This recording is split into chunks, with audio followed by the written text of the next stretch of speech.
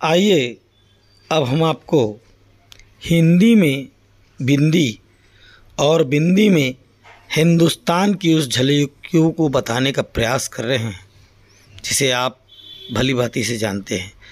आज विश्वकर्मा जयंती है और इस विश्वकर्मा जयंती में लोग अलग अलग तरीके से किस तरह से इस त्यौहार को मनाने का प्रयास करते हैं। पंचायत नियोजन भी आज आपको उस हिंदी और बिंदी के उस महत्वपूर्ण उन कड़ियों को दर्शाने का प्रयास कर रही है जिसे आप भली भांति जानते हैं। हिंदुस्तान के कोने कोने पर जब हिंदी और बिंदी के महत्व को ढूंढा गया तो एक अलग ही नज़रिया इसका सामने आया जिसे हिंदुस्तान लगातार देखते नज़र आ रहा है। क्या हिंदी वाकई में वो बिंदी है जिस बिंदी से हिंदुस्तान के उस चरितार्थ को परिभाषा करके किस तरह से हिंदुस्तान में इस हिंदुओं को प्रस्तुत करने का प्रयास करती? क्या वो बिंदी ही वो हिंदुस्तान की पहचान है जिस बिंदी को श्रृंगार के रूप में ये महिलाएं अपने मस्तक पर सजाने का प्रयास करती हैं? इस बिंदी के सजने से ही मुस्कान बढ़ जाती है, खुशियाँ बढ़ जाती हैं। जब तक इस माथे पर बिंदी है हिंदुस्तान आपको हमेशा नज़र आते रहेगा। बिंदी के रहते ही खुशहाली नज़र आपको स्पष्ट नज़र आएगी। इस हिंदी और बिंदी के अलग अलग महत्व को हम अलग अलग रूपों से आपके सामने प्रस्तुत करने का प्रयास कर रहे हैं कि बिंदी के महत्व को किस तरह से हिंदुस्तान में उसका महत्व दिया गया है। साजों और श्रृंगार के बीच में किस तरह से बिंदु हिंदुस्तान का सौंदर्य का अनुपम स्वरूप, जिसे स्पष्ट रूप से बिंदी ही हिंदी की पहचान है। इस पहचान को हिंदुस्तान किस तरह से कायम रखता है। जहाँ बिंदी है वहाँ बसता है हिंदुस्तान।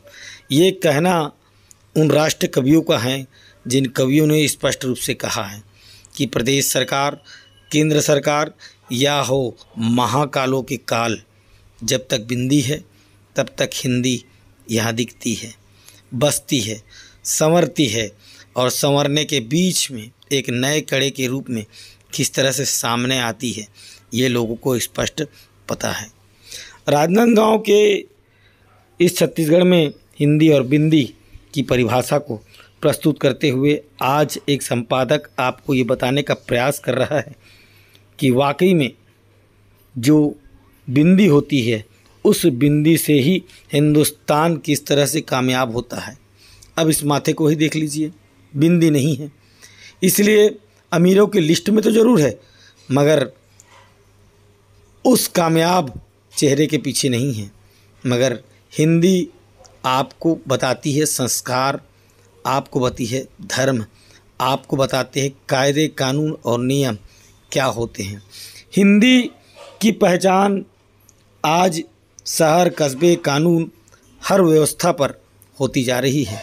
व्यवस्था हो या महिलाओं की सुरक्षा हो, इन सुरक्षाओं के बीच में अगर माथे पर बिंदी है तो वो सुरक्षित है, सुहागिन है।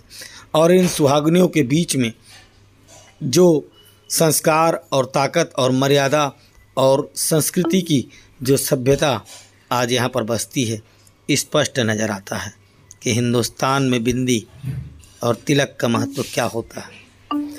इन सभी के बीच में एक महिला के मस्तक पर बिंदी होती है तो खुशहाली किस तरह से होती है, स्पष्ट हम आपको दिखाने का प्रयास कर रहे हैं।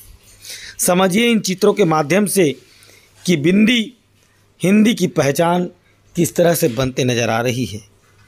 आज ये बिंदी सभी जगह धीरे धीरे किस तरह से फैलती जा रही है और बिंदी की पहचान हिंदुस्तान किस तरह से करते आ रहा है।